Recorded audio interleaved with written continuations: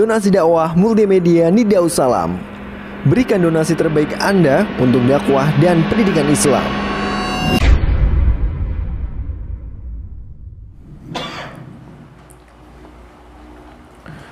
Bismillahirrahmanirrahim. Alhamdulillahirabbil alamin wassalatu wassalamu ala asrofil anbiya'i wal mursalin nabiyina Muhammad wa ala alihi wa sahbihi wa man tabi'ahum bi ihsanin ila yaumiddin. Amma ba'du. Kita melanjutkan hadis Arba'in An-Nawawiyah dan kita masuk di hadis ke-45 dari hadis-hadis yang ditambah oleh Imam Ibnu Rajab Al-Hambali rahimahullah ta'ala. Hadis yang ke-45 berbicara tentang perkara-perkara yang diharamkan untuk dijual belikan.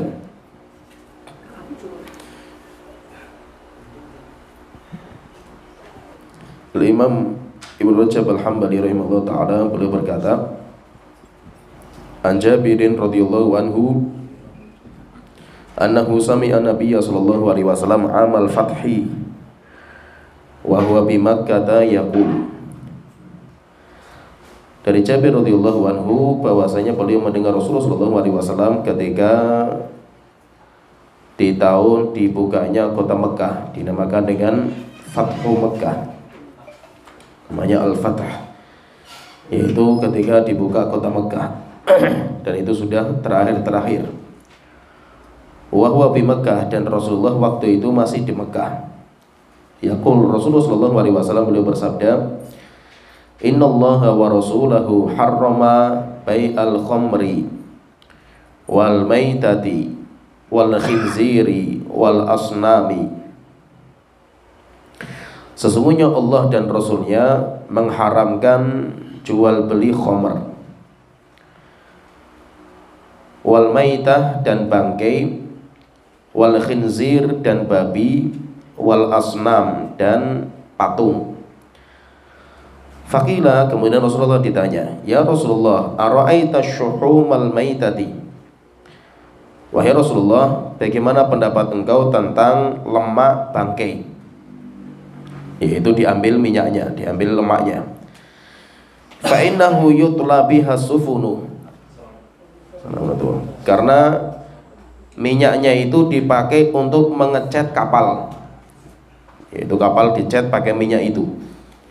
Wa yudhanu bihal juludu, dan dipakai untuk krim kulit. Wa yastasbihu bihan nasu, dan dipakai juga untuk penerang manusia, yaitu lampu zaman dulu, yaitu mereka menggunakan penerangnya dengan minyak dari bangkai. Boleh nggak kalau seandainya diambil lemaknya bangkai itu kemudian dijual? Maka Rasulullah mengatakan, qala la, nggak boleh. Huwa haram, itu haram. Tsumma qala Rasulullah sallallahu alaihi wasallam, kemudian Rasulullah beliau mengatakan, bersabda, qatalallahu al-yahud, semoga Allah memerangi orang-orang Yahudi. Innallaha harrama alaihimus syuhum, ketika Allah mengharamkan bagi mereka lemak atau binatang, fa ajmaluhu, kemudian mereka proses, thumma ba'uhu, kemudian mereka jual, fa akalu thamanahu, dan mereka makan dari hasil jual beli itu. Kharrajahul Bukhari wa Muslim, hadis ini dikeluarkan oleh Imam Bukhari dan Imam Muslim. Dalam hadis yang lain dikeluarkan juga oleh Imam Bukhari dan Muslim, kalau ini dari Abdullah bin Abbas radhiyallahu anhu, Rasulullah sallallahu alaihi wasallam beliau bersabda, Innallaha idza harrama akla syai'in, Allah itu kalau mengharamkan sesuatu untuk dimakan, jadi ada benda, barang atau makanan yang diharamkan untuk dimakan, harrama alaihim thamanahu, Allah juga mengharamkan uang dari hasil jual belinya. Kemudian dalam hadis yang lain juga di dalam Sahih Bukhari dan Muslim dari Aisyah radhiyallahu anha, beliau berkata, "Lamma unzilatil ayatu fi akhir suratil Baqarah." ketika diturunkan ayat terakhir dalam surat Al-Baqarah, kharaja Rasulullah sallallahu alaihi wasallam, maka Rasulullah sallallahu alaihi wasallam keluar, faqatara'ahunna 'alan nas. Kemudian Rasulullah membacakan surat itu kepada manusia tentang masalah surat berkaitan masalah riba. Tsumma naha 'anit tijarati fil khamri. Setelah itu Rasulullah melarang perdagangan dalam khamr. Wa fi riwayatin, dalam riwayat yang lain, lama nazalatil ayatu fi akhir suratil Baqarah fi riba. Ketika diturunkan ayat-ayat terakhir surat Al-Baqarah bicara masalah riba, kharaja Rasulullah sallallahu alaihi wasallam ilal masjid. Rasulullah sallallahu alaihi wasallam beliau keluar ke masjid, faharramat tijarata fil khamri. Setelah itu jual beli khamr diharamkan. Dikeluarkan oleh Imam Muslim, saya bacakan riwayatnya dulu nanti kita bahas. Min hadits Abi Sa'idin, dari hadis Abu Sa'id Al-Khudri radhiyallahu anhu, ani Nabi sallallahu alaihi wasallam qala, Rasulullah sallallahu alaihi wasallam beliau bersabda, innallaha harramal khamra. Allah mengharamkan khamr. Faman adrakathu hadhil ayatu wa indahu minha syai'un. Maka siapa yang mendapatkan ayat ini, yaitu ayat yang berkaitan dengan haramnya khamr, fala yashrab wala yabi. Jangan sekali-kali minum dan jangan sekali-kali menjualnya. Yaitu sebagaimana khamr yang sudah di rumah, buang, tidak bisa dimanfaatkan. Qala fastaqbalan nasu bima kana indahu minha. Setelah itu Rasulullah SAW ketika menyampaikan seperti ini, maka semua orang mereka pergi ke rumah masing-masing. Kemudian mereka mengambil simpanan-simpanan khamr di rumah. Akhirnya mereka keluarkan, kemudian mereka siram di jalan-jalan. Fasafakuha, sampai akhirnya jalan-jalan Madinah itu banjir khamr. Wa kharaja aidan, demikian juga Imam Muslim meriwayatkan sebuah riwayat dari Abdullah bin Abbas, anna rajulan ahda li Rasulillah sallallahu alaihi wasallam rawiyata khamrin. Pernah suatu ketika ada orang datang ke Rasulullah memberikan hadiah khamr, satu dirigen khamr. Faqala lahu Rasulullah, maka Rasulullah tanya sama orang itu, hal alimta annallaha qad harramaha. Apakah kamu enggak tahu kalau khamr itu sudah diharamkan? Qala la, maka sahabat mengatakan, enggak ya Rasulullah, saya belum tahu. Qala fasara insanan. Setelah itu ada orang yang datang, yaitu yang membisik-bisikkan kepada orang itu. Faqala lahu Rasulullah, maka Rasulullah mengatakan, bima sarartahu. Yaitu Rasulullah mengatakan kepada orang itu, ini sahabat bawa satu dirigen khamr, pengen dihadiahkan ke Rasulullah. Rasulullah mengatakan, kamu nggak tahu kalau khamr itu sudah diharamkan? Dia katakan, nggak tahu ya Rasulullah. Akhirnya datang orang yang membisikkan. Maka Rasulullah tanya sama yang membisikkan, kamu bisikkan apa kepada orang itu? Maka dia mengatakan, amartuhu bibai'iha. Ya Rasulullah, saya bisikkan dia supaya menjual saja, yaitu khamrnya dijual. Maka Rasulullah mengatakan, innalladzi harrama syurbaha, zat yang telah mengharamkan untuk minum khamr, harrama bai'aha, zat itu juga mengharamkan jual belinya. Akhirnya berarti yang diharamkan berarti juga dijual belikan juga tidak dibolehkan. Ini hadis-hadis yang kita bacakan ini, intinya yang kita bahas di sini, intinya kata Imam Rajab beliau mengatakan, walhasil min hadhil ahadithi kulliha. Intinya dari hadis-hadis yang kita bawakan ini, annama harramallahul intifa'a bihi. Setiap perkara yang Allah haramkan untuk dimanfaatkan, yaitu kita nggak bisa memanfaatkan barang itu karena diharamkan. Fa innahu yahrumu bai'uhu wa aklu thamanihi. Maka diharamkan juga untuk dijual belikan. Saya misalkan diharamkan minum khamr, haram minum khamr itu haram. Kalau itu haram untuk diminum, berarti dijual belikan juga nggak boleh. Walaupun saya nggak minum, tapi saya menjualnya, kemudian saya makan dari uang yang didapatkan dari jual beli khamr, maka itu juga hukumnya diharamkan. Ini kata Imam Ibnu Rajab. Jadi intinya di sini beliau pengen masuk di sini kaidah yang penting sekali dalam masalah jual beli, yaitu di antara uang yang haram.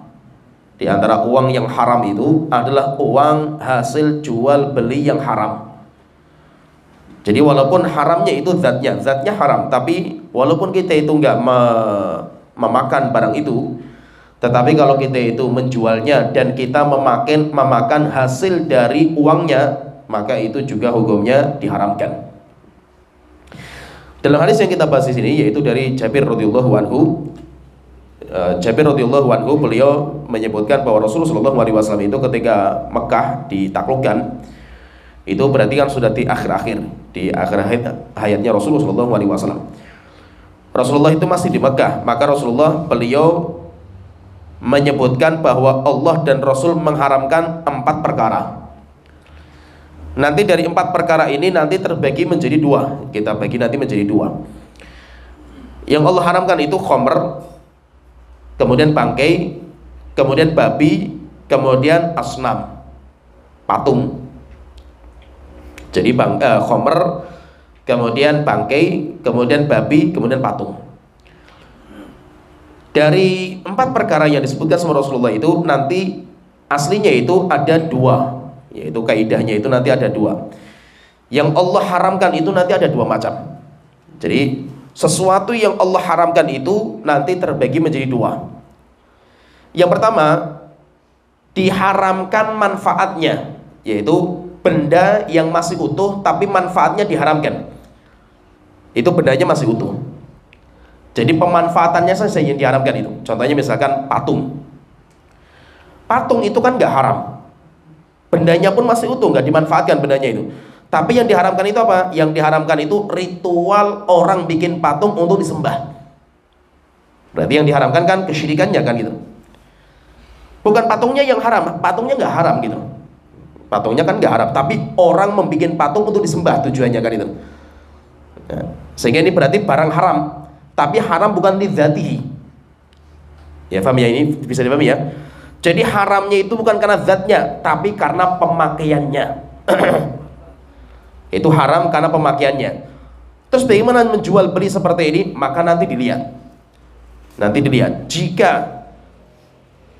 masih bisa dimanfaatkan untuk yang haram, maka tidak boleh dijual belikan.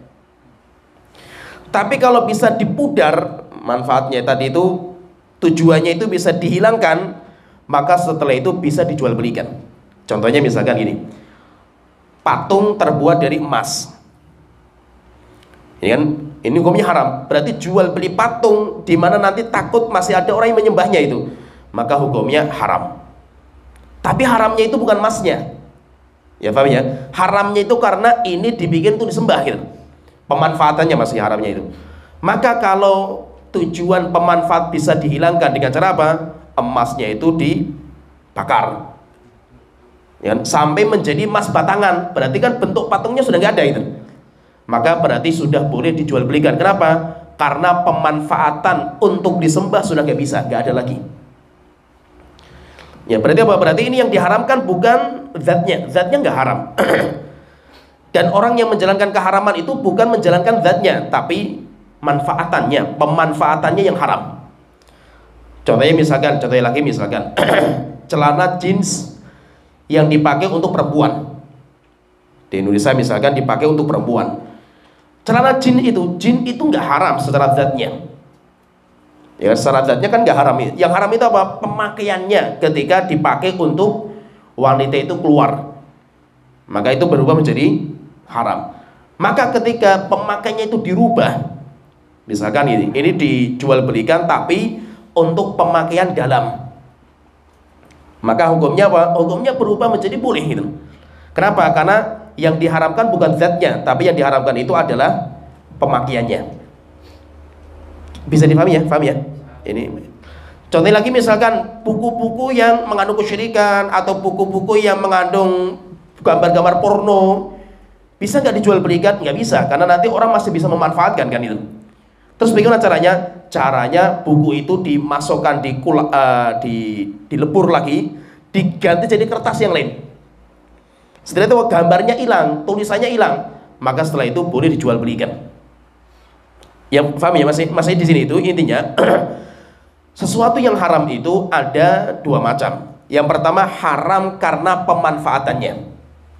Barang itu dibikin untuk dimanfaatkan sesuatu yang haram. Barangnya sih nggak haram gitu, tapi membikinnya untuk ritual yang haram gitu. maka selama bisa dirubah pemanfaatannya, maka hukumnya boleh. Ini yang pertama. Kemudian yang kedua, barang haram yang kedua itu barang yang haramnya secara zat. Haramnya secara zatnya, yaitu zatnya itu haram. Khomer itu zatnya haram, babi itu zatnya haram. Terus bagaimana kalau seperti ini? Kalau seperti ini nggak bisa dimanfaatkan sama sekali. Bagaimana kalau seandainya kita kan yang diharamkan kan makannya, misalkan makan babi nggak boleh. Bagaimana kalau seandainya diambil minyaknya dijual, kan bisa dimanfaatkan bukan untuk makan kan itu, bisa dimanfaatkan untuk minyaknya itu kan untuk yang lain kan itu. Bisa nggak seperti itu? Nggak bisa. Nggak bisa. Walaupun sudah dirubah pemanfaatannya, tetap tidak dibolehkan. Misalkan ini babi kemudian udah karena nggak boleh dimakan, ya sudah tetap kita ternak. Setelah itu apa? Kita olah babi itu nanti menjadi apalah, walaupun bukan untuk makanan. Untuk makanan, misalnya jual beli babi tapi digunakan untuk ya krim kulit misalkan, nggak sampai masuk ke dalam kerongkongan itu. Apa hukumnya? Hukumnya haram. Kenapa? Karena haram lidzati. Karena itu haramnya lidzati, karena zatnya itu haram. Berarti intinya sesuatu yang haram itu nanti ada dua macam. Haram dalam pemakaiannya, kemudian kedua haram secara zatnya. Yang disebutkan sama Rasul di sini, Allah dan Rasulnya itu mengharamkan khomer. Khomer itu secara zatnya. Secara zatnya, walaupun zatnya itu khomer itu dilarang untuk diminum. Pertanyaan, lah kalau saya jual beli bukan untuk diminum, saya misalkan beli khomer untuk pijet, ya kan ada nggak kayak gitu? Untuk pijet badan kan panas itu, itu dipijeti pakai itu. Tapi pakainya khomer gitu, ya kan? Apa hukumnya jual belinya untuk pijet gitu? Nggak boleh, hukumnya haram. Yaitu kenapa? Karena selama diharamkan untuk dimakan dan dimanfaatkan itu nggak boleh, maka jual belinya juga nggak boleh. Ya, maka dari itu seperti khomer, kemudian bangkai, kemudian khincir. Contohnya bangkai misalkan itu, kita punya sapi mati. Akhirnya sapi ini, daripada mati nggak dimanfaatkan, pas ada orang dia itu atau ayam, saya punya ayam, ternak ayam, ya kan? Saya jual kepada orang bukan untuk dimakan gitu, tapi apa? Untuk makan lele, ya kan? Atau ada tetangga ternak buaya misalkan itu, makanya ayam-ayam tiren misalkan itu, boleh nggak saya menjual tapi bukan untuk makan manusia? Kan nggak boleh dimakan kan itu.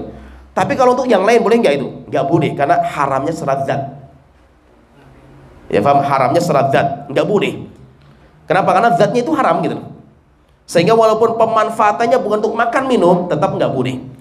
Nah itu Rasulullah mengatakan, ya Rasulullah, ketika ditanya, ya Rasulullah, kalau bangkai ini, bagaimana kalau seandainya bangkainya kita olah, dijadikan minyaknya diambil, minyaknya bisa dipakai untuk ngecat kapal, bukan untuk makan dan minum ya Rasulullah, bukan gitu loh, tapi untuk ngecat atau untuk krim kulit atau untuk penerang manusia, yaitu kayak zaman dulu minyaknya itu kalau nyalakan lampu itu pakai minyak itu, boleh nggak ya Rasulullah? Rasulullah mengatakan nggak boleh.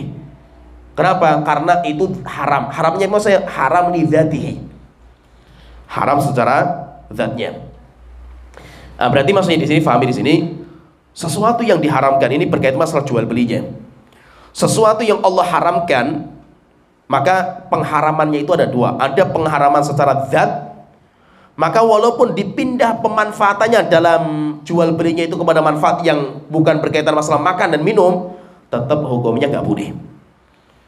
Terus bagaimana misalkan kita punya ayam tiren misalkan, ada teman yang dia itu mau ternak lele misalkan, mau ngambil ayam kita itu, boleh nggak dia itu bayar? Nggak boleh, jual beli nggak boleh. Terus bagaimana? Ya dikasihkan, silahkan ambilkan gitu. Tapi kalau jual beli kan nggak boleh, karena mau jual beli barang haram, dan itu nggak dibolehkan. Nah jadi intinya seperti itu. Kalau sesuatu yang diharamkan itu karena pemanfaatannya, tinggal kita rubah pemanfaatannya. Maka nanti bisa, misalkan gini, orang punya gitar, gitar haram, gitar itu kan haram, ya kan? Tapi haramnya itu bukan senarnya, ya kan? Bukan kayunya kan gitu. Haramnya itu kenapa? Dibikin untuk sesuatu yang haram, yaitu musik kan gitu. Ya. Terus bagaimana caranya? Boleh nggak kita jual ini apa gitar kepada orang lain, orang Kristen atau orang ya yang penting saya nggak main gitar lah, saya tobat tapi saya jual. Akhirnya apa? Orang lainnya gitaran setelah itu kan itu. Orang lainnya gitaran, kita aja menjualnya kan itu. Maka nggak boleh. Selama apa? Gitarnya masih dimanfaatkan untuk manfaat itu, manfaat yang diharamkan itu. Terus bagaimana caranya itu? Caranya dipreteli, jual senarnya, ya kan? Jual kayunya, dipreteli kayunya jadi kayu, ya kan? Jadi intinya sudah berubah bentuk, manfaatnya sudah nggak bisa dimanfaatkan untuk tujuan awal diharamkan itu sudah nggak ada gitu. Kalau seperti ini maka hukumnya dibolehkan, ya kan? Bisa dipahami ya maksudnya. Jadi sesuatu yang diharamkan itu nanti seperti, maka itu berkaitan masalah haram karena pemanfaatan. Jadi haram itu ada dua, haram secara zatnya, kemudian kedua haram secara pemanfaatannya. Haram secara pemanfaatannya itu maksudnya, fahami di sini, barang yang aslinya itu halal, halal bukan barang yang haram itu, tapi pemanfaatannya untuk sesuatu yang haram. Maka kalau seperti ini, tinggal kita rubah pemanfaatannya gitu. Ya, tinggal kita rubah. Misalkan gini, saya contohkan ya. Jadi barang-barang yang hukumnya, jadi gini, saya kalau menjual barang halal, ini barang halal, bukan barang yang haram. Haramnya nggak ada dalil kalau ini haram kan gitu. Kecuali kalau tadi khomer, babi, anjing, kemudian bangkai, itu kan haram secara zatnya. Ini barangnya kan nggak haram secara zatnya, tapi pemakaiannya itu kemungkinan besarnya haram. Maka jual beli pun tidak dibolehkan. Jual beli tidak dibolehkan. Kenapa? Karena pemanfaatannya itu yang haram. Nah itu kalau kita itu menjual barang, walaupun barang itu barang halal, tapi harus kita lihat kemungkinan besarnya dipakai untuk apa. Kalau kemungkinan besar dipakai untuk yang haram, berarti kan nanti menjadi haram dalam pemakaian kan itu. Bukan karena barangnya itu berubah jadi haram, tidak, tapi pemakaiannya jadi haram. Maka berarti kita pun juga tidak boleh jual beli. Hukumnya haram. Contohnya misalkan Rasulullah itu melarang jual beli pedang di masa banyak orang tawuran. Tawuran antar kampung sama-sama muslim misalnya. Oh, kita yang nyuplai pedang, kita yang nyuplai senjatanya itu. Boleh nggak jual pedang itu? Hukum asalnya boleh nggak itu? Boleh, karena pedang itu manfaatnya kan, hukum asalnya kan untuk bukan sesuatu yang haram lah itu. Pisau kan nggak ada masalah kan itu. Tapi ketika ini dijual di musim-musim banyak orang bunuh-bunuhan, kemungkinan besarnya dipakai untuk itu, maka berarti menjual pisau di waktu itu hukumnya diharamkan. Jadi walaupun benarnya itu nggak haram, secara asal nggak haram, tapi dipakai untuk sesuatu yang haram. Contohnya misalkan saya ternak, saya cocok nanam tembakau,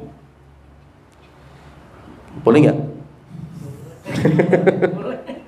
Tembakau ini hukum asalnya kan nggak haram, ya kan, nggak haram kan gitu. Tapi ketika dipakai untuk sesuatu yang haram, jelas pemakaiannya sekarang itu tembakau hanya untuk itu, rokok. Ada nggak manfaat yang lain kan gitu? Bisa nggak kalau bisa dikuang, bisa jadikan kluban misalkan kan itu. Kalau di pasien bisa jadi kluban, bisa jadi makanan, sop dan yang lain kan luar biasa kan gitu, ya kan? Tapi sekarang kan pemakaiannya hanya untuk itu, nggak ada pemakaian yang lain kan itu. Maka berarti saya jual beli tembakau hukumnya nggak boleh. Sekarang kan sudah ada pengganti tembakau kan ada itu dari talas, bener nggak? Sekarang kan lagi rame talas itu, lagi rame. Jadi daun talas itu bisa pengganti tembakau. Nah kalau seandainya sekarang orang nanam talas, kan banyak berhektar-hektar sekarang itu, karena itu sebagai solusi rokok itu nggak bergantung dengan tembakau gitu. Sekarang bergantung dengan daun talas. Nah sekarang saya nanam talas, tapi apa yang saya manfaatkan daunnya itu untuk tembakau juga itu, untuk pengganti tembakau, maka nggak boleh juga, hukumnya diharamkan karena pemanfaatannya. Saya nanam anggur misalkan itu, apa hukumnya nanam anggur? Kan boleh, nggak ada masalah gitu. Tapi kalau saya jual kepada perusahaan yang ngambilnya itu memang dibikin khomer, nggak ada kemungkinan yang lain lah, jelas itu yang ya itu dimasukkan supplier untuk masuk ke perusahaan haram kan itu, maka saya tidak boleh. Kenapa? Karena saya ikut campur dalam dosa dan maksiat. Wala ta'awanu 'alal itsmi wal 'udwan. Jangan kalian tolong-menolong dalam dosa dan maksiat. Ya, paham ya? Jadi kalau kita itu menjual sesuatu, barang yang ini barang secara zatnya itu halal, cuma dimanfaatkan untuk yang haram, maka hukumnya nggak boleh. Maka nanti terus bagaimana kita tahu? Kita itu bisa mengetahui dengan sesuatu yang pasti jelas dengan ceritanya orang itu, atau dengan kemungkinan besar. Contohnya misalkan orang datang, saya penjual minyak wangi, dia bilang, Pak, saya butuh minyak kenyong-nyong misalkan itu. Nah, untuk apa itu? Saya mau nyantet si A itu loh. Kok cerita gitu loh maksudnya? Kalau kamu nggak cerita sih malah nggak ada masalah kan gitu loh. Butuh minyak apalah, minyak misik dan yang lainnya, saya punya misalkan. Tapi karena orang cerita, saya mau datang ke Pak Dukun itu, ini, aduh, jadi nggak boleh kan itu. Kalau kamu nggak cerita malah boleh kan gitu. Ya paham ya? Maka kita itu nggak usah terlalu berlebihan dalam masalah mencari informasi gitu. Kalau memang nggak dibuka ya nggak usah. Maksudnya nggak usah gitu. Misalkan orang bayar, dia misalkan bayar kita misalkan, atau kita jual HP kepada dia yang bayarnya, Mas ini tapi saya bayarnya pakai uang tadi baru garong orang gitu. Aduh mumet, kamu nggak, kenapa ceritakan gitu loh. Cerita malah nggak boleh kamu itu, ya kan? Tapi kalau kamu nggak cerita malah boleh bagi saya, karena saya nggak tahu kan gitu. Kan nggak mungkin juga orang bayar kepada saya, ini uang apa ini? Kan nggak boleh juga saya tanya-tanya seperti itu kan itu. Kalau kita itu mendapatkan uang dari orang, ya hukum asalnya halal. Tapi kalau dia cerita malah hukumnya nggak boleh gitu. Traktir makan, ayo makan tak traktir itu. Kamu punya duit itu, yo barusan dapat dari apa korupsi dan yang lainnya. Aduh, jadi nggak boleh makan kita kan gitu loh. Gara-gara dia itu cerita kan gitu. Jadi maksudnya itu apa? Barang yang halal. Saya jual barang halal ini, barangnya halal nggak haram gitu loh. Tapi nanti perlu dilihat, jika pemanfaatannya itu pasti untuk yang haram atau kemungkinan besar untuk sesuatu yang haram, maka hukumnya tidak boleh kita menjual. Kenapa? Karena pemanfaatannya, bukan karena zatnya nggak ada masalah, tapi pemanfaatannya. Misalkan gini, maka itu fahami di sini. Terkadang budaya setiap negara dan setiap tempat itu beda-beda sesuai dengan cara pemanfaatan. Maka orang jual celana jeans di Indonesia untuk perempuannya, celana perempuan yang memang itu sudah bentuknya bentuk perempuan kan, bukan celana laki-laki. Di Indonesia hukumnya haram. Kenapa? Karena mayoritas celana jeans itu dipakai untuk luaran. Celana jeans itu dipakai untuk luaran, sehingga orang jual celana jeans bagi perempuan hukumnya haram. Karena di Indonesia mayoritas seperti itu. Tapi orang Saudi jual celana jeans perempuan hukumnya boleh. Kenapa boleh? Karena pemanfaatan wanita-wanita Saudi pakai celana jeans itu untuk dalaman. Setelah itu apa? Mereka pakai abaya, pakai pakaian yang hitam-hitam itu di luar. Dalamnya itu mereka pakai celana jeans. Nah itu orang kalau ke sana ke Timur Tengah itu sering lihat wanita-wanita itu pakai celana jeans mereka itu. Tapi itu dalaman, ditutup nanti pakai abaya. Sehingga apa? Sehingga pemanfaatan di sana itu boleh. Pemanfaatan di sana. Sedangkan pemanfaatan di Indonesia nggak boleh. Kenapa? Karena kita lihat mayoritas pemanfaatan.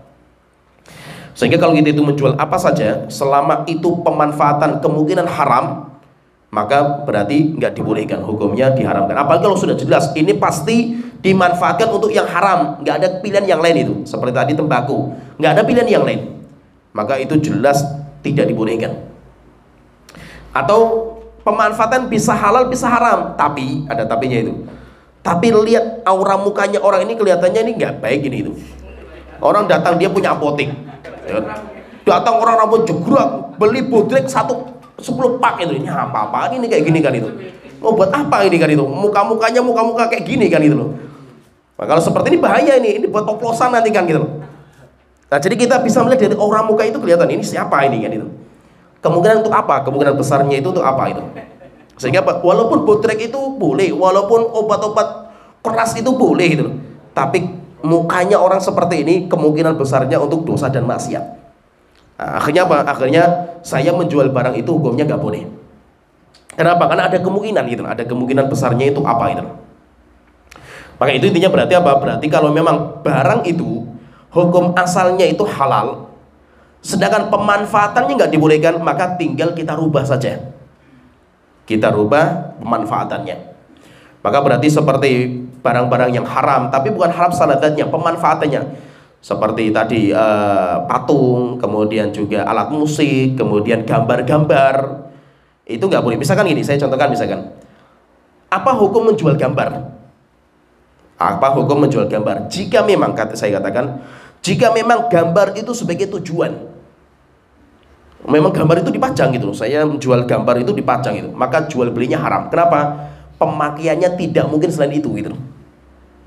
Ya paham ya? Jadi gambar-gambar makhluk bernyawa yang itu memang dipajang gitu loh. Memang itu dijual tuh dipajang gitu. Maka saya menjual itu hukumnya tidak dibolehkan.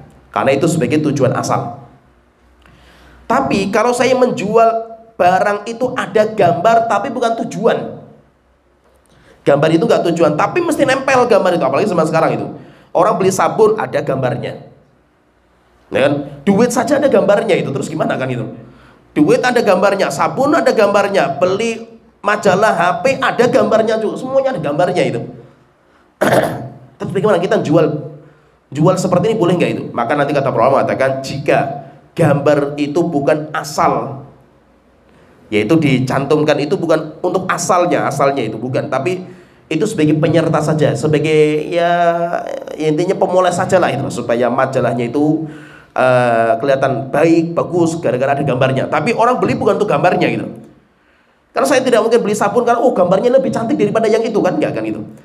Ya kan? Saya beli sabun karena saya suka sabun itu kan. Bukan karena gambarnya itu ini lebih cantik daripada si ini kan itu, bukan kan itu. Berarti kalau gambarnya itu sebagai penyerta saja, maka hukumnya dibolehkan. Hukumnya dibolehkan jual beli itu. Kenapa? Karena itu bukan tujuan. Tetapi kalau memang itu sebagai tujuan seperti tadi gambar, maka tidak boleh jual beli kecuali kalau sudah dihapus. Ya, misalkan ini jual beli foto atau apalah itu. Foto bola, misalkan orang senangnya bola, misalnya foto bola, ya kan? Atau dan yang lainnya lah itu, foto bola misalkan itu. Aduh, ini memang harus dipajang, nggak bisa karena tempelan tembok kan itu. Nah, terus gimana ini? Akhirnya mukanya dihilangkan, sehingga cuma kelihatan bolanya saja sama kakinya misalkan itu, kepalanya juga nggak ada, ya kan? Nah itu apa? Hukumnya boleh karena yang diharamkan itu kan muka. Ya bisa dipahami ya. Contohnya saya misalkan pekerjaan saya itu seperti yang bikin gambar-gambar seperti itulah itu, bikin gambar untuk ditempel di tembok atau foto kenangan dan yang lainnya lah itu. Ya. Kalau memang foto kenangan itu nanti ditempel, memang itu ditempel itu, apalagi melukis misalkan itu, apalagi sampai tingkatan melukis. Jika memang itu masuk sesuatu yang diharamkan yaitu wajah, maka hukumnya nggak boleh. Maka kita jual jasa bukan lukis wajahnya. Misalkan, Pak saya mau tolong difotokan ya, nanti biaya berapa? Nah ini foto untuk di apa ini? Ditempel atau tidak itu? Kalau ditempel di tembok nggak boleh berarti. Kalau itu wajahnya. Ya, tetapi kalau bukan untuk ditempel di tembok seperti album yang nanti ditutup, ya kan? Kalau seperti ini kemungkinan untuk seperti itu, maka sebagian ulama membolehkan. Kenapa? Karena bukan untuk dipajang. Kan haramnya itu karena dipajang kan itu, foto itu kan. Kalau foto taruh di album kan tidak ada masalah kan itu. Atau foto taruh di misalkan di persyaratan untuk masuk lamaran kerja misalkan, itu foto-foto seperti tempel di KTP dan itu kan nggak dipajang kan itu. Itu nanti KTP kan dimasukkan dalam dompet dan yang lainnya kan itu. Maka itu nggak dipajang. Maka tidak ada masalah. Misalkan saya orang gambarnya bagus, melukis gitu. Kemudian dia suruh melukis wajah, apa hukumnya? Nggak boleh. Tapi kalau selain itu, karena yang diharapkan kan wajahnya itu, wajahnya, pemakaian wajah itu hak haram. Maka saya tinggal ganti saja, Pak kalau mau lukis sama saya dari belakang saja gitu loh. Nah berarti Bapak ngadep sana saja, saya lukis dari belakang kan itu. Yang penting kalau nggak ada wajah, nggak ada muka, nggak ada mulut, nggak ada hidung. Nah itu seperti itu nggak ada masalah. Tapi kalau sudah sampai wajah nggak boleh karena haram, pemakaiannya itu haram gitu loh. Karena yang jadi masalah itu pemakaiannya itu haram, maka kita itu tidak boleh, di situ tidak dibolehkan. Intinya di sini Rasulullah SAW itu beliau mengatakan, Innallaha wa rasulahu harrama bai'al khamri. Sesungguhnya Allah dan Rasulnya mengharamkan jual beli khamr. Lah khamr ini apa? Fahami di sini. Khamr itu apa? Supaya nanti kita faham. Khamr itu bukan alkohol. Walaupun banyak orang yang menganggap khamr itu ya alkohol, bukan. Khamr itu bukan alkohol. Kalau seandainya khamr itu alkohol, maka jual beli alkohol hukumnya haram. Demikian juga memanfaatkan alkohol yang khamr untuk berobat juga hukumnya haram. Maka kita katakan apa? Khamr itu bukan alkohol. Tapi apa? Khamr itu adalah minuman yang memabukkan. Di mana memabukkannya itu harus memiliki kadar alkohol berapa persen gitu. Bisa dipahami ya? Bisa dipahami ya? Jadi alkohol itu, khamr itu bukan alkohol murni, bukan alkoholnya gitu, bukan. Tapi apa? Minuman yang mengandung kadar alkohol sampai tingkatan memabukkan. Itu yang dinamakan dengan khamr. Jadi pahami ini gambarannya ya. Kalau ini khamr yaitu minuman yang mengandung alkohol sampai tingkatan memabukkan, kadar alkohol itu. Kalau ini khamr, saya ambil cuma 1 tetes, gunakan campuran minuman obat saya, hukumnya haram. Walaupun cuma 1 tetes. Dan saya ketika minum 1 tetes campuran ini, nggak mabuk sama sekali, cuma 1 tetes kan gitu. Ya kan? Maka sesuatu yang haram, khamr, mau sedikit mau banyak, mau mabuk maupun tidak, tetap hukumnya haram. Bisa difahami ya? Bisa difahami ya? Paham ya? Maka namanya khamr itu yaitu minuman yang di dalamnya itu ada kadar alkohol sampai tingkatan memabukkan. Bukan alkoholnya. Bukan alkoholnya. Misalkan orang ini alkohol murni kita beli di apotek, diminum, mabuk nggak orang itu? Masa? Bukan mabuk mati orang itu mungkin kan itu loh. Jebol ususnya kan minum alkohol murni 100% diminum semua itu. Hancur dia kan itu loh. Bukan mabuk lagi kan itu. Ini tuh maksudnya ini khamr itu bukan alkohol. Lah banyak orang keliru di situ gitu. Alkohol itu bukan khamr gitu. Tapi khamr itu adalah minuman yang memiliki kadar alkohol sampai tingkatan memabukkan. Nah, tinggal kita lihat sekarang. Berarti yang memabukkan itu kadarnya berapa? Kadarnya berapa sampai dianggap itu nanti menjadi khamr. Maka kalau Departemen Kesehatan di negeri kita itu dari hasilnya itu kadarnya dari 1% sampai sekitar maksimal 65 kalau nggak salah itu. Lebih dari 65 jadinya bukan khamr lagi, jadinya racun kalau dikonsumsi. Berarti 1% ke atas, intinya 1% ke atas. Nanti dibagi menjadi 3 bagian. 1 sampai sekian persen itu khamr masih tingkatan rendah. Tingkatan rendah yang itu terkadang di Indonesia itu ya peraturan Indonesia itu masih dibolehkan untuk diperjualbelikan. Yaitu karena masih bisa mendapatkan izin resmi ketika kadarnya itu masih di bawah standar. Jadi 1 sampai berapa persen lah itu. Nanti sekian persen sampai sekian tingkatan kedua, tingkatan ketiga itu. Nah, sekarang kalau seandainya sudah sampai 1%, misalkan ini minuman sudah kadar alkoholnya misalkan 5% misalkan itu, khamr, mabuk. Tapi saya minum, kalau orang biasa mabuk, sama sekali nggak terasa kan gitu. Atau 2 gelas, 15 pun nggak ada masalah gitu. Oh berarti kan saya nggak apa-apa, ini nggak mabuk. Khamr itu kan minuman yang memabukkan, saya kan nggak mabuk kan, berarti nggak ada masalah kan saya kan itu. Bukan, standarnya bukan Anda mabuk atau tidaknya itu. Tapi kadar ini biasanya bisa memabukkan atau tidak kan itu. Nah, maka kalau ini itu sudah sampai tingkatan memabukkan minuman ini standarnya itu, maka antum ngambil 1 tetes, 1 sendok untuk campuran minum makan dan hukumnya haram, tidak dibolehkan. Tapi kalau ini di bawah 1%, antum minum tape, perasan tape misalkan itu, durian misalkan itu, durian di jus misalkan, disimpan, tapi ya belum sampai tingkatan memabukkan lah itu. Antum minumnya 1 liter misalkan itu, yang minum itu setelah itu muntah-muntah itu bukan mabuk karena khamr, bukan gitu. Karena kemarin kan itu kebanyakan kan itu. Ya, jadi bedakan di sini. Intinya apakah ini itu sudah sampai tingkatan memabukkan atau tidak, itu nanti ada alat tesnya. Alat tesnya itu kalau kita biasanya sudah mulai baunya itu bau ya kayak gitulah, kecut-kecut gitu. Tapi terasa gitu. Tapi kalau cuma tape itu enggak. Kalau cuma tape itu tidak, tapi nanti tetap akan berubah. Karena prosesnya itu sesuatu yang difermentasi. Fermentasi itu nanti akan berubah menjadi sari buah. Namanya nabith, kalau bahasa Arabnya namanya nabith, sari buah. Itu masih boleh. Tetap namanya buah itu ketika dicampur air atau diperas airnya, pasti nanti akan terjadi proses fermentasi. Fermentasi itu nanti kadar alkoholnya akan bertambah dengan fermentasi itu. akan bertambah terus. Selama masih di bawah 1%, berarti masih boleh dikonsumsi. Tapi kalau sudah 1% ke atas, itu sudah jadi khamr. Nanti kalau dibiarkan lagi, akan berubah menjadi cuka. Kadar alkoholnya hilang dengan sendirinya.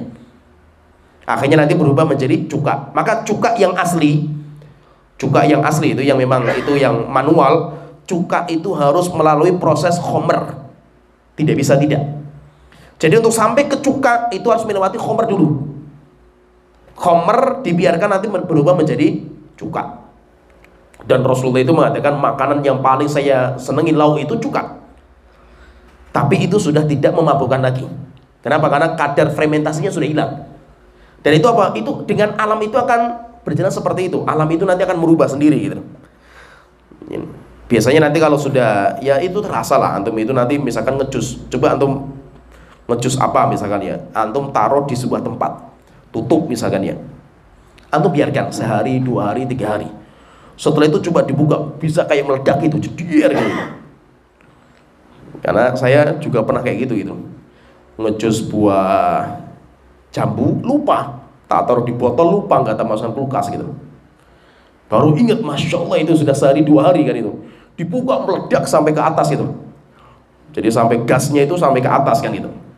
Nah, dan baunya sudah kecut sekali, itu sudah kemungkinan sudah berubah. Dan nanti memang proses fermentasi itu setiap negara beda.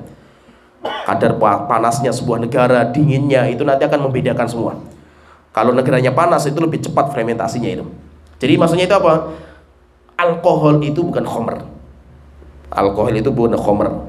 Sehingga kalau alkohol bukan khamr, berarti jual beli alkohol boleh. Atau alkohol dimanfaatkan untuk obat, boleh disuntikkan dalam tubuh dan yang lainnya hukumnya boleh. Kenapa? Karena alkohol bukan khamr. Tapi kalau ada khamr, misalkan ini misalkan roti dibuat dicampur dengan khamr walaupun sedikit lah itu. Juga arak misalkan dicampur dengan arak. Walaupun kadar araknya sedikit tapi ada gitu. Ada tapi sedikit. Terus bagaimana hukumnya? Hukumnya haram. Dan kita menjual rotinya, kita menjual makanannya yang ada campuran seperti itu, hukumnya haram juga, walaupun sedikit kadarnya itu. Kenapa? Karena sesuatu yang haram, ketika itu haram, ambil sedikit pun juga hukumnya haram. Ini yang dinamakan dengan khamr. Nanti disamakan dengan khamr itu segala sesuatu yang bisa menghilangkan akal. Bisa berupa padatan, bisa berupa gas, bisa berupa apa saja, cairan atau bahkan buah-buahan. Misalkan gini, saya contohkan misalkan ya, orang dia makan kecubung tapi dimakan. Itu ganas itu, kecubung itu nggak main-main itu, lebih ganas daripada yang lain. Kecubung itu dahsyat sekali itu. Orang makan kecubung, ngeliingnya sampai berpekan-pekan itu, berapa hari itu bisa ngeliang gitu orang itu. Pertanyaan, kan ini bukan khamr, kan minuman beralkohol, ini kan buah kan itu. Itu kan kayak buah kecubung gitu. Selama manfaatnya sama, bisa menghilangkan akal, berarti itu juga hukumnya khamr. Maka narkoba itu nanti dimasukkan di khamr. Pernah ditanya misalkan, narkoba itu hukumnya apa? Hukumnya haram. Kenapa haram? Kan sama Rasul nggak ada kan itu. Al-Quran nggak ada, dalam hadis juga nggak ada. Ulama saja nggak pernah membahas masalah narkoba, ulama-ulama mazahib, karena nggak ada gitu. Maka kita katakan narkoba itu ilahnya atau alasannya diharamkan itu sama dengan khamr, sama-sama menghilangkan akal. Akhirnya apa? Akhirnya diharamkan. Jadi yang pertama itu khamr yang diharamkan sama Rasulullah itu khamr. Kemudian yang kedua yang diharamkan itu kata Rasulullah di sini mengatakan bangkai.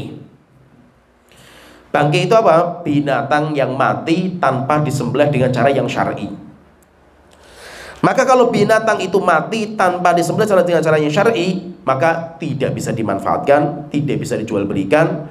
Demikian juga tidak boleh kita memanfaatkan uang dari jual belinya. Sama saja, itu juga hukumnya nggak boleh. Dan nanti binatang bangkai itu kriterianya banyak. Pertama, termasuk bangkai itu apa? Binatang yang disembelih untuk menyembah sesuatu selain Allah Ta'ala. Berarti termasuk apa? Sesajen. Berarti kalau binatang disembelih, kepalanya misalkan ditanam di gunung atau di lautan, maka binatangnya itu hukumnya bangkai. Hatta walaupun yang disembelih kerbau, tetap bangkai. Walaupun kerbau itu hukumnya halal dimakan, tapi ketika diperuntukkan untuk kesyirikan, maka berarti berubah menjadi bangkai. Atau contohnya misalkan bangkai itu contohnya binatang yang mati tanpa sembelih. Nah, walaupun nanti ada pengecualian seperti ikan, belalang, itu kan boleh tanpa disembelih. Atau janin yang mati di dalam perut setelah ibunya disembelih, indukannya itu, seperti kemarin korban itu. Terkadang orang nyembelih korban, oh rupanya dia hamil, janinnya itu ada gitu. Tapi kalau janinnya mati tanpa disembelih, nggak ada masalah selama matinya di perut. Kalau di perut itu mati, maka ikut sembelihan ibunya. Tapi ketika sudah dikeluarkan, kok dia itu masih hidup, masih kejang-kejang, harus segera disembelih. Jadi itu termasuk yang dikecualikan. Binatang-binatang yang boleh nggak disembelih itu boleh dimanfaatkan. Yaitu seperti bangkai, tadi seperti belalang, seperti ikan, kemudian seperti janin, itu boleh. Tapi kalau selain itu tidak. Contohnya apa? Binatang yang matinya misalkan tenggelam, nggak boleh. Kecuali kata para ulama yang dikecuali juga, kecuali binatang yang nggak bisa disembelih. Dia bukan ikan, dia bukan belalang, bukan janin juga, tapi nggak mungkin itu disembelih. Contohnya apa? Burung yang ada di pohon. Nyembelihnya gimana gitu? Kan nggak bisa disembelih. Nyembelihnya dengan cara tembak, kalau jediar mati kan itu. Maka itu dikhususkan, dibolehkan. Berarti apa? Itu nanti masuk dalam kaidah berburu. Masuk dalam kaidah berburu, maka hukumnya boleh. Walaupun mati jediar tembak kepala, jatuh mati.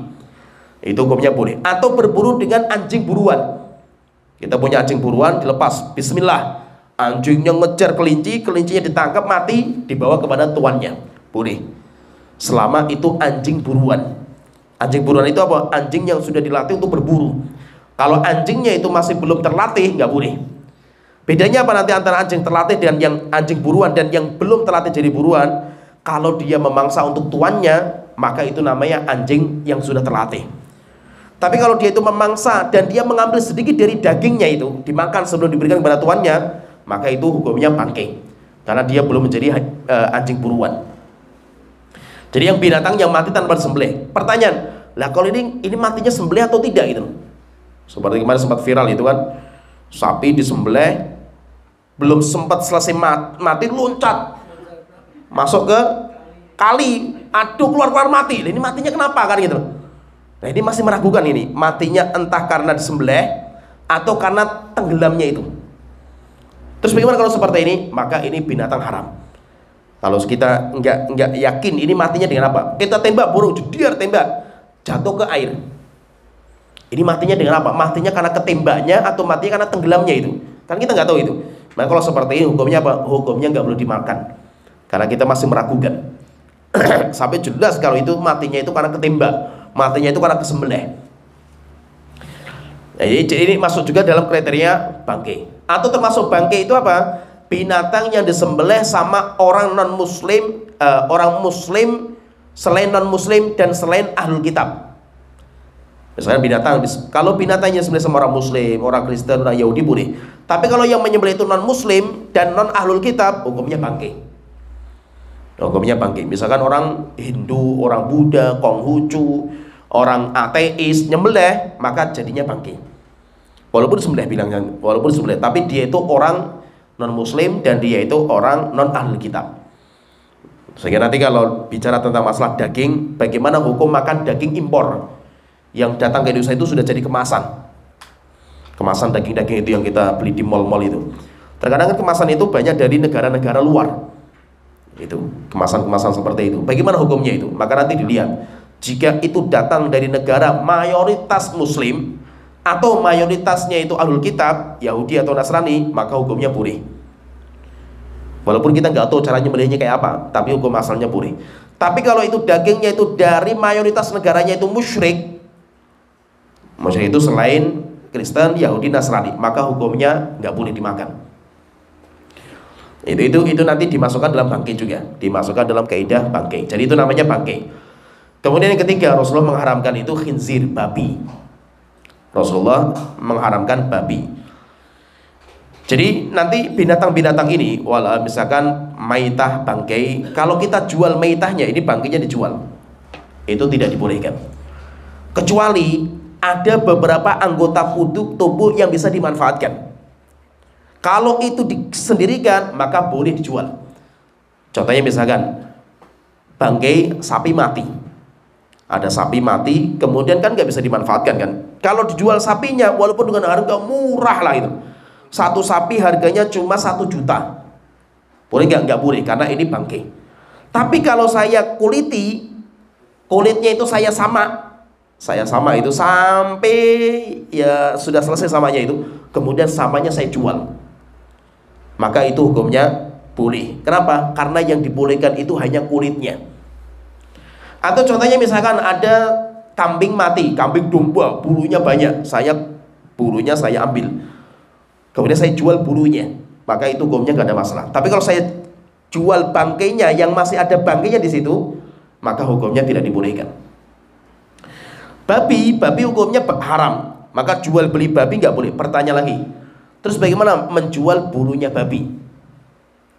Bulunya babi, tanduknya babi, giginya babi, yang itu tidak masuk dalam daging dan tulang, yaitu sesuatu anggota tubuh yang ketika dipotong ketika masih hidup bisa tumbuh lagi gitu.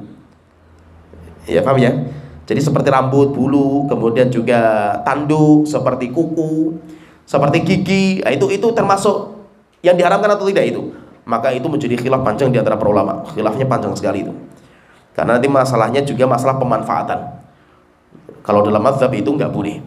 Tidak boleh semuanya babi itu semuanya haram semua. Tetapi kalau Syekhul Islam Ibnu Taimiyah itu beliau lebih merojehkan kalau rambut atau bulunya babi itu bisa dijual belikan. Atau gini pertanyaan gini, babi itu kan haram. Pertanyaan, bulunya juga haram nggak? Bulunya saja itu haram atau tidak itu? Atau kukunya babi itu haram atau tidak? Nah itu menjadi khilaf panjang di antara para ulama. Kenapa? Karena benda-benda ini benda yang wajar dipotong ketika masih hidup gitu. Ketika masih hidup itu biasa dipotong gitu, dan tumbuh lagi nanti kan itu. Maka itu terjadi khilaf di antara para ulama. Kalau Syekhul Islam mengatakan hukumnya nggak najis, nggak haram. Yang haram itu daging dan tulangnya yang dibungkus itu, yang di dalamnya itu. Tapi kalau di luarnya itu tidak. Itu nanti akan berpengaruh juga masalah ini dalam masalah apa? Bagaimana kalau kita itu bikin roti kuasnya itu dari kuas babi itu. Dan memang katanya itu wallahu alam, tapi katanya itu kuas yang paling bagus untuk menguasai roti itu kalau bulu babi itu. Benar nggak? Katanya paling halus gitu loh, sehingga bisa merata gitu loh. Wallahu alam gitu. Pertanyaan, ini boleh nggak ini? Atau masak bikin roti pakai kuasnya itu kuas babi gitu loh, bulu babi itu, hukumnya boleh nggak? Maka ini dibangun dari khilaf tadi. Kalau ada orang mengatakan nggak, bulunya juga najis, ya berarti nggak boleh. Tapi kalau orang mengatakan nggak, bulunya nggak najis, yang dinajiskan itu kan babi itu kan badannya kan itu, bulunya nggak ada masalah itu, maka berarti hukumnya boleh. Demikian juga jual beli rambutnya pun juga boleh. Kemudian yang keempat yang diharamkan sama Rasulullah itu adalah al-asnam, patung. Patung itu diharamkan itu karena pemanfaatannya. Saya tadi katakan pemanfaatannya, bukan bendanya. Maka kalau bendanya bisa dirubah, maka hukumnya tidak ada masalah. Ya, misalkan dipotong-potong, misalkan ini patung dipotong-potong misalkan itu, atau dihilangkan bentuknya patung itu, dihilangkan itu, maka setelah itu bisa dijual belikan. Apalagi kan patung-patung mahal dari emas dan yang lainnya itu kan sayang juga kalau dibuangkan itu. Dengan kita misalkan gali tanah, tiba-tiba dapat harta karun. Harta karun itu apa? Patung, tapi terbuat dari emas. Nah, terus bagaimana kalau seperti ini? Ya sudah, kita itu jualnya dipotong-potong, tangannya dulu potong, tek, jual. Setelah itu kepalanya potong, tek, tek, tek, tek, dipotong-potong sampai remuk, dijual misalkan, atau dilebur. Nah, itu akhirnya apa? Berarti pemanfaatan untuk disembah itu sudah gak ada lagi, karena patung itu disembah karena bentuknya. Patung itu disembah karena bentuknya. Tapi kalau sudah dilebur sehingga tidak bisa lagi dimanfaatkan untuk itu seperti itu, maka hukumnya boleh. Jadi intinya kalau sesuatu yang haram, pahami di sini, sesuatu yang haram, walaupun Anda itu tidak makan, tetapi kalau Anda menjual juga hukumnya haram juga. Kalau Anda tidak menjual tapi makan dari hasilnya juga, nggak boleh juga. Misalkan saya nggak penjual, saya itu, tapi saya ditraktir makan. Nah, ya, ada orang dia itu jual khamr, Traktir makan kita. Karena saya berarti kan ikut makan kan itu. Walaupun saya itu nggak menjual, tapi saya ikut makan juga itu. Itu juga hukumnya haram, tidak dibolehkan. Pertanyaan lah, Ustaz, kalau saya ditraktir sama orang yang bekerja di bank, apa hukumnya itu? Hukumnya apa? Boleh nggak? Kalau dia tidak ngomong ini uang apa, maka hukumnya nggak ada masalah. Kenapa? Karena kemungkinan orang itu punya sumber uang dari pintu yang lain. Maka itu Rasulullah pernah juga diundang sama orang Yahudi makan. Padahal siapa orang Yahudi? Orang Yahudi yang gemar riba kan itu. Tapi Rasulullah datang dan makan. Kenapa? Karena tidak pasti kalau itu uang riba kan itu. Karena dia mesti punya penghasilan yang lain kan itu. Tapi kalau dia mengatakan, saya barusan gajian ini, ayo makan-makan yuk. Ini malah nggak boleh, karena dia ngomong gajian dari kerjaan dia kan itu. Kalau dia ngomong dan itu pasti itu pekerjaan haram, malah kita tidak dibolehkan. Tapi tidak boleh kita itu langsung seudon sama orang. Oh, kalau ini pasti haram semua, itu nggak bisa, karena mungkin dia itu punya sesuatu penghasilan yang lain. Dia mungkin punya warisan atau punya simpanan atau punya apa saja, sehingga apa? Mungkin bisa. Tapi kalau tidak ada kemungkinan kecuali itu, kita tahu sekali lah itu. Misalkan kita sebagai adiknya atau kakaknya, kita tahu sekali, atau orang tua kita tahu itu hanya itu penghasilan bapak saya, itu nggak mungkin nggak gitu.